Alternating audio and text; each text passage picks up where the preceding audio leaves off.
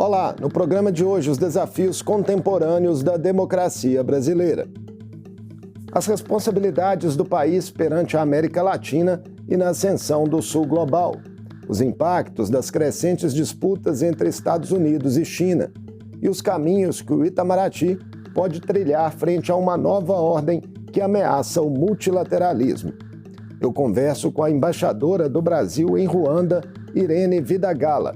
Ela é co-organizadora do livro Capacidades Diplomáticas para o Brasil do século XXI, em lançamento pela editora Alameda. Bem-vinda, embaixadora, uma alegria para nós recebê-la falando conosco diretamente de Kigali, capital da Ruanda. Muito obrigada, um prazer estar com vocês. Espero que a gente possa ter uma discussão aqui bem interessante sobre esse livro, com o qual eu estou muito animada. Uma honra para nós recebê-la.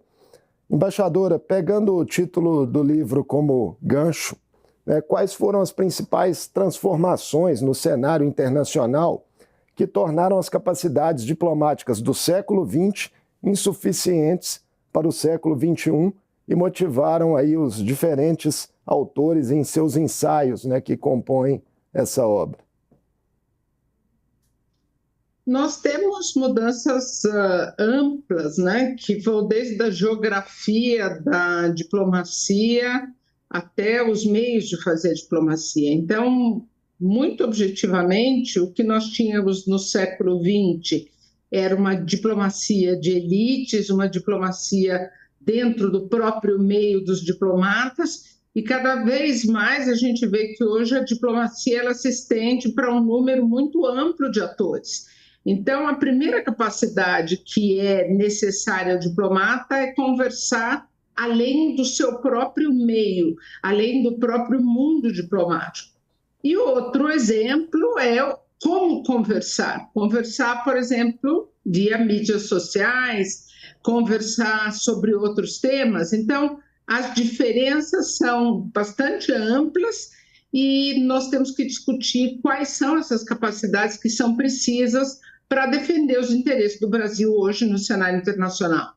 Dentro dessas capacidades, que são exigidas no mundo contemporâneo, por que é importante diferenciar, embaixador, as capacidades estatais das capacidades diplomáticas e como elas se complementam? As capacidades estatais, elas estão vinculadas à própria, por exemplo, o desenvolvimento do país, um país com melhores desempenhos na área do comércio internacional, na área da tecnologia, a agenda de paz ou de confronto, países que vivem confrontos militares, no caso do Brasil, a agenda de paz, de negociação pacífica, essas seriam as agendas do próprio Estado. No caso das capacidades do diplomata e da diplomata, é importante pensar coisas como a língua que se fala. Ao longo do século passado, nós sempre que entramos no Itamaraty, por exemplo, tivemos que estudar inglês e francês. Já no século XXI, o francês saiu da formação do diplomata para entrar outras línguas. Então, veja que a própria capacitação do diplomata para não mais tratar apenas de temas de política, mas cada vez mais entrar em temas como a questão de saúde, nós precisamos da capacidade de um diplomata que entenda dos riscos, por exemplo, vinculados às doenças globais, às pandemias. Então, a preparação do diplomata vai desde os temas mais singelos, como é a própria questão de língua, até o domínio de tecnologias de comunicação de massa, como o uso de redes sociais. Tudo isso entra numa nova configuração do fazer diplomático que cabe, em grande medida, ao diplomata e à diplomata. O livro de vocês também faz um resgate de momentos importantes do Itamaraty. Por exemplo, no início do novo século, a política externa brasileira contribuiu para impulsionar a chamada ascensão do Sul global. Quais iniciativas e projetos, embaixadora, foram mais marcantes nesse processo? Veja que a nossa discussão no livro não são sobre os temas de política externa. A nossa discussão ela é centrada no mandato do próprio sindicato da Associação dos Diplomatas. Porque é importante dizer que esse livro surge como uma demanda do Sindicato dos Diplomatas. Eu sou diretora do Centro da área de estudos e pesquisas do sindicato, e é dentro do sindicato, no contexto de uma discussão sobre a reforma da carreira do diplomata, que nós entendemos ser importante fazer esse livro. Veja que, para fazer uma reforma da carreira de diplomata, a gente precisa pensar o que o diplomata precisa ser capaz de entregar à sociedade brasileira. Mas também é preciso saber o que a academia, a universidade, vai oferecer na formação daqueles e daquelas que serão candidatos à carreira diplomática. Então, veja, eu não gostaria de entrar nos temas sobre a própria política externa, porque a discussão do sindicato é uma discussão que está realmente vinculada à nossa experiência de trabalho e o que nós temos que poder realizar ao longo da nossa carreira como desenvolvimento profissional. Eu tenho 41 anos de carreira. Quando eu entrei na carreira diplomática, não havia nenhuma possibilidade da gente conversar, por exemplo, como hoje a gente está conversando, por meios online. E hoje em dia, a diplomacia ela se faz também por negociações que são feitas via uma tela de computador. Então, essas mudanças, o nosso desenvolvimento, a nossa capacidade de viver com novas tecnologias, com novos temas, vai como que instrumentalizar o Itamaraty para responder nos temas de política externa. Mas a discussão do sindicato não é essa. A discussão do sindicato é sobre as nossas capacidades. Sim, desafios complexos que os diplomatas brasileiros têm. Embaixador, o prefácio da obra lembra que o Brasil esteve no centro da diplomacia global nos últimos anos. Presidiu o G20, os BRICS, também a COP30, cujas respectivas cúpulas tiveram lugar aí entre novembro de 2024 e novembro de 2025, em São Paulo, Rio de Janeiro e em Belém do Pará. Ocupar esse espaço, embaixadora, maior na diplomacia global do que ocupávamos há algum tempo, também aumenta muito a própria responsabilidade do país? Eu até aproveito aqui para fazer a referência ao nosso prefácio, que foi escrito pelo ex-chanceler chileno Jorge Heinen, um embaixador que também serviu no Brasil, conhece bastante bem a diplomacia brasileira e o Brasil. E o embaixador Heinen, nesse prefácio, ele diz que é preciso fazer uma reflexão sobre as nossas capacidades diplomáticas e as capacidades, volto a dizer, vinculadas aos profissionais, para o Brasil poder continuar exercendo o papel que hoje tem no cenário internacional. Eu iria um pouquinho além do embaixador Heinen, dizendo que o diplomata e a diplomata eles têm que estar capacitados não apenas para manter o Brasil na sua posição atual, mas também, e eu diria que, sobretudo, para ampliar essa posição do Brasil. Porque o diplomata é aquele que, no cenário externo, identifica as oportunidades e faz com que elas se materializem a partir de ofertas e de diálogo, de negociações com o Brasil. As oportunidades são identificadas no exterior muito pelo diplomata, pelas nossas embaixadas que estão fora. É preciso lembrar que o Brasil tem mais de 200 representações diplomáticas e ninguém vai bater na porta, ninguém vai escrever na internet, olha, aqui existe uma oportunidade para o Brasil.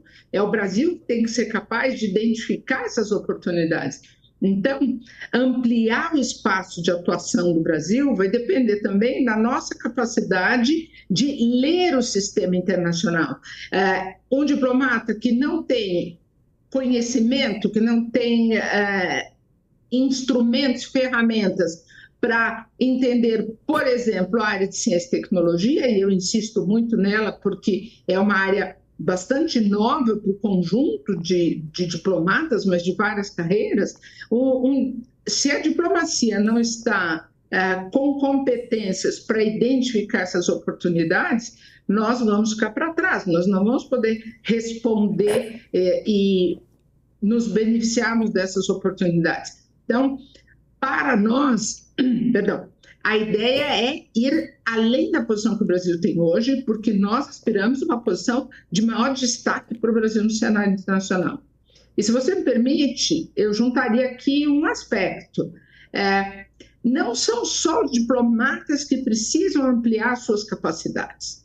Hoje em dia, o debate internacional, a negociação das posições do Brasil no cenário internacional, ela está na mão, basicamente, de diplomatas, mas, por exemplo, de também agentes do setor privado, agentes do setor financeiro, agentes da sociedade civil. E todos nós precisamos nos atualizar com relação aos temas internacionais.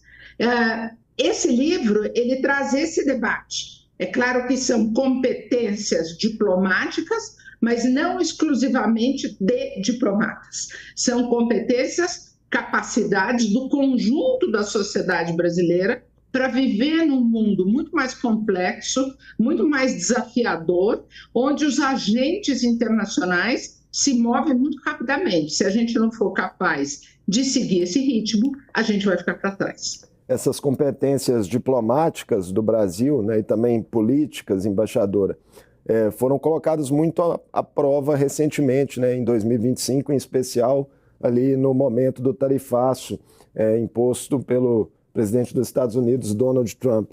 Como a gente se saiu nesse teste, na sua avaliação? Nós, diplomatas, nós até temos uma larga experiência na área de negociações comerciais. A nossa participação no multilateralismo comercial, todas as negociações dentro da OMC, essa já é uma tradição da diplomacia brasileira. Eu acho que a gente trouxe, a minha convicção é que nós trouxemos do Itamaraty informações para os tomadores de decisão que estavam, enfim, os tomadores eram o próprio presidente da República, o vice-presidente, o ministro da Economia e, claro, o ministro das Relações Exteriores, que conta com o quadro de funcionários do Itamaraty para tomar uma decisão informada. Então, eu acho que nós nos saímos bastante bem, porque nós tínhamos já uma experiência em negociações internacionais que nos ajudou a entender qual era o desafio, qual era o ritmo da negociação, quais eram os interesses em jogo e que era preciso combinar uma série de agentes para tomar uma decisão. E, muito importante, a diplomacia não se faz de afogadiço, não se faz de uma hora para outra. A diplomacia não é uma atividade nem de palco, nem de ritmo de internet. Então, essa é a tradição da nossa diplomacia, que ficou bem manifesta na evolução do tratamento das tarifas com os Estados Unidos, acredito eu, com êxito para o nosso trabalho diplomático. Agora, uma reflexão mais ampla, embaixadora. Nós estamos vivendo, né, um momento em que a ordem multilateral definida após a Segunda Guerra parece estar ruindo. Em seu lugar, vemos aí a ascensão de líderes populistas que parecem defender o retorno da lei do mais forte, né, na relação entre os países. Como o Brasil pode reagir a essas mudanças? Eu talvez insista um pouco no entendimento que, no tocante às capacidades diplomáticas, o que nós precisamos é capacitar operadores da diplomacia que consigam conviver com um número muito grande de informações hoje. Hoje nós temos informação em tempo real, por exemplo, sobre essa mudança do cenário internacional, esse deslocamento das áreas de poder. Isso é bastante diferente de 20 anos atrás, eu nem digo 40, 20 anos atrás. Essa mudança em tempo real, que é observada pelo diplomata e pela diplomata, exigem uma capacidade de análise dos fatos que não é feita só com base na nossa memória. Então, a gente precisa utilizar ferramentas que, como eu volto a dizer, né, toda essa área da tecnologia de informação. Mas eu entendo que a sua pergunta era um pouco diferente, né? Eu estou buscando mais para a área das competências, porque, para nós, ser diplomata é o desafio de servir ao país. Nós não somos políticos, nós somos funcionários de carreira, e a gente tem Brasil para gerir, independente do presidente da República ou da presidenta da República, que estejam sentados no Palácio do Planalto. Nós cumprimos uma lógica política que foi eleita, o nosso país tem uma democracia, então a agenda de política externa é definida pelo presidente da República a partir dos eleitores e eleitoras que definem quem é o chefe de Estado, mas veja que há uma série de continuidades que dão muita relevância para o Brasil no cenário internacional. O contexto internacional requer um sentido de previsibilidade dos atores. Quando o Brasil tem uma diplomacia, no caso, um corpo diplomático tão bem reconhecido internacionalmente, porque sabe trabalhar com estabilidade, com previsibilidade, nós estamos falando de uma diplomacia que exige dos seus funcionários, das suas funcionárias, muita adesão ao princípio do funcionalismo público. Como funcionários públicos, nós queremos excelência, nós queremos prestar serviço ao Brasil, queremos transparência, mas a gente não impede o respeito, o reconhecimento da necessidade de alterações na carreira. Hoje a nossa carreira serve ao Brasil, mas com regulamentos que têm mais de 40 anos, antes do período de democratização, ou do período pré-constituição de 88. Então, nós queremos servir ao Brasil, mas nós precisamos muito que a sociedade brasileira olhe para nós e entenda a nossa necessidade de atualizações. A gente não quer perder a nossa capacidade de defender os interesses do Brasil com a história, com a tradição que é tão própria da diplomacia brasileira. Embaixadora, eu queria aproveitar a sua presença para destacar um pouco também da sua trajetória pessoal, né, na diplomacia. A senhora tem passagem aí por vários postos na África, é autora de uma tese intitulada Relações Brasil-África no governo Lula, a política externa como instrumento de ação afirmativa, ainda que não só. O quanto, embaixador, as relações do Brasil com o continente africano ainda podem ser aprofundadas, né, em prol de oportunidades para ambos?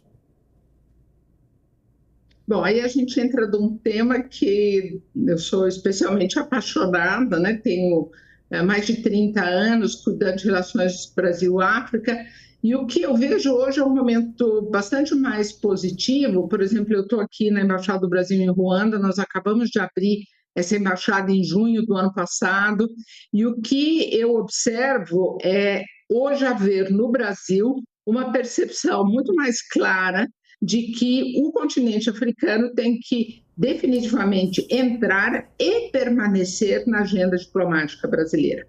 E essa agenda diplomática, ela vai desde a área empresarial, da área comercial, mas também, por exemplo, para a área de defesa, para a área de manutenção de interesses brasileiros no plano multilateral. A África, muito engraçado, que isso nos remete aos anos 60 e 70, quando a ONU foi criada e quando os países africanos começaram a participar das Assembleias Gerais da ONU e das suas agências. O fato é que a África conta com 54 países e é muito importante que esses países tenham a percepção de que o cenário internacional, como o Brasil o quer, como ele defende, é convergente com os interesses dos países africanos. Então, hoje eu acho que no Brasil há uma crescente percepção de que a África é um continente do século XXI, por inúmeras razões, pela idade da população,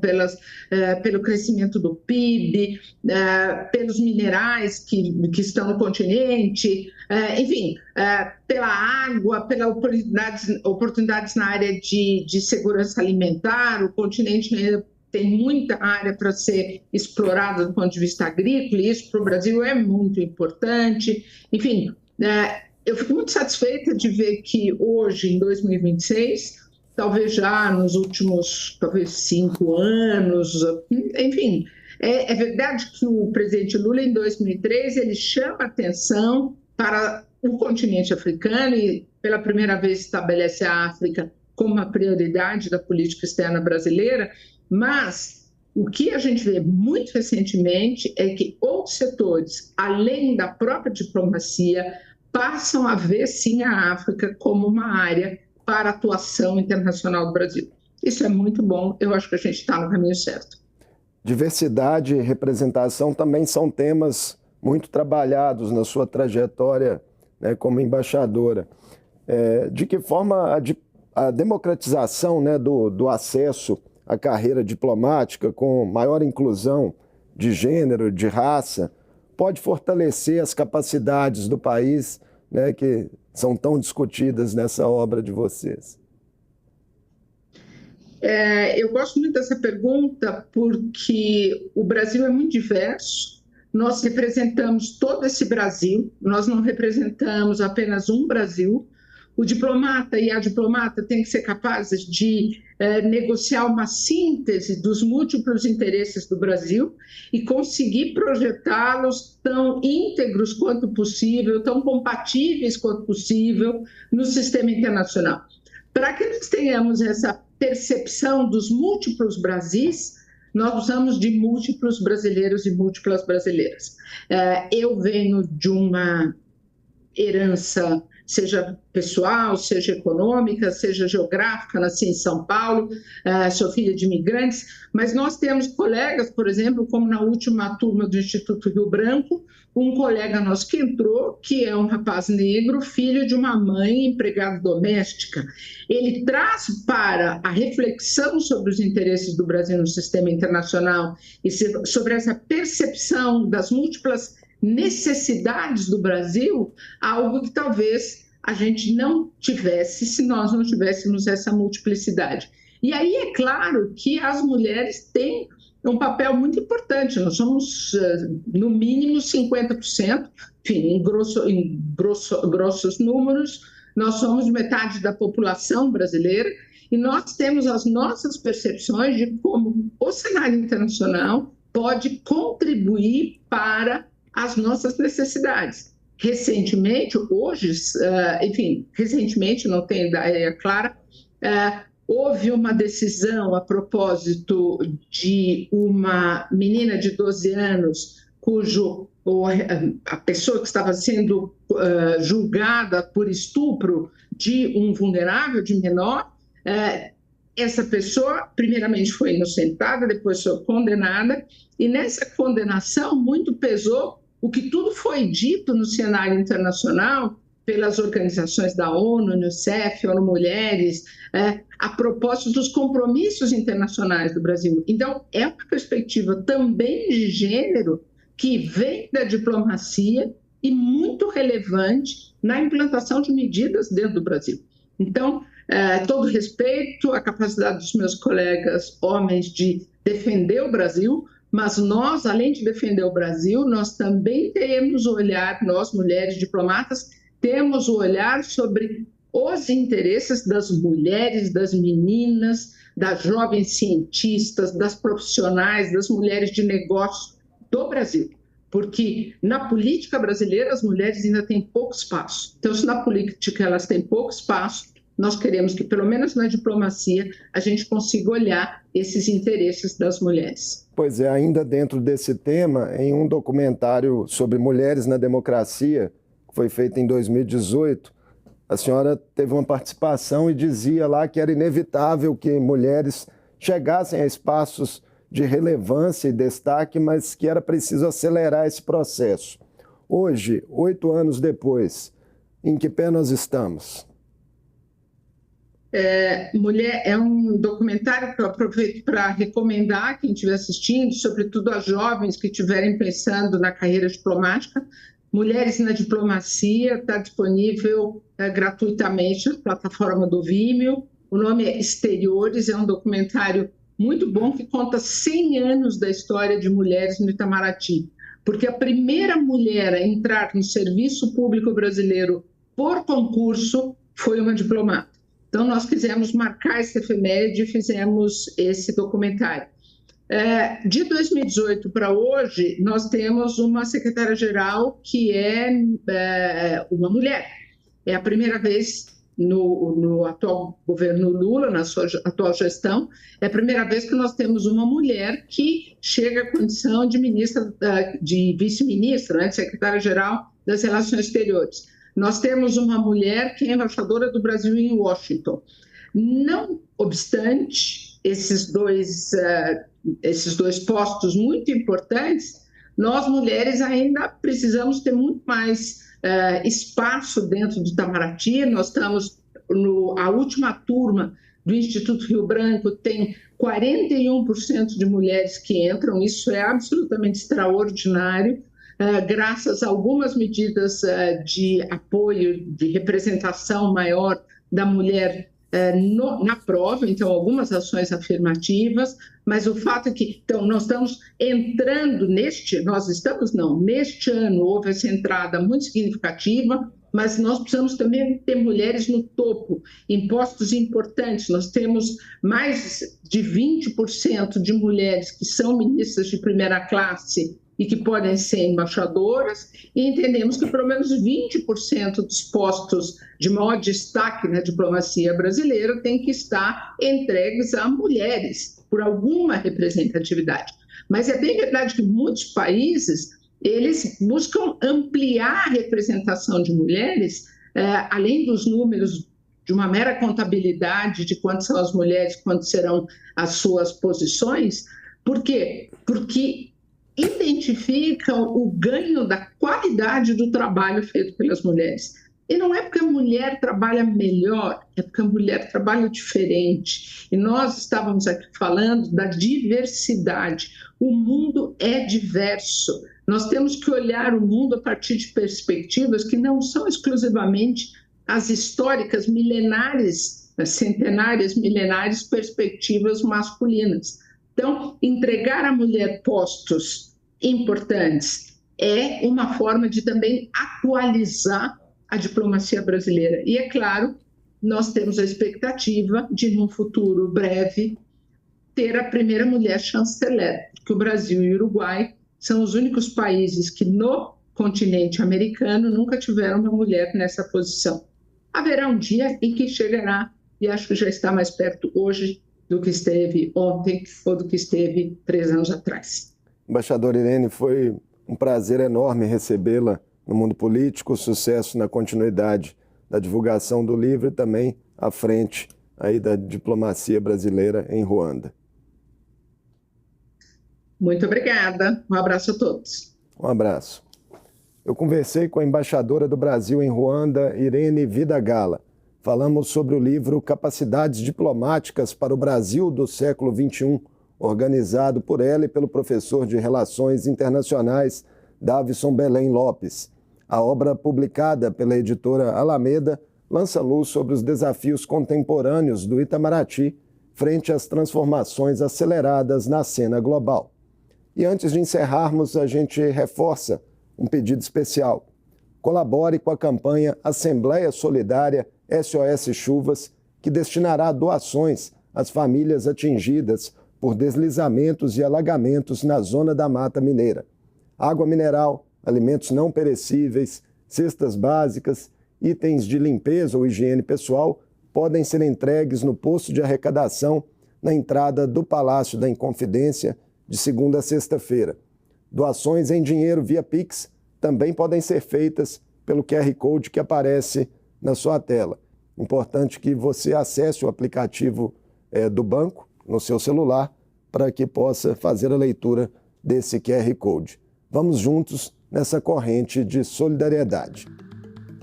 O Mundo Político fica por aqui. Obrigado por nos acompanhar e até o próximo programa.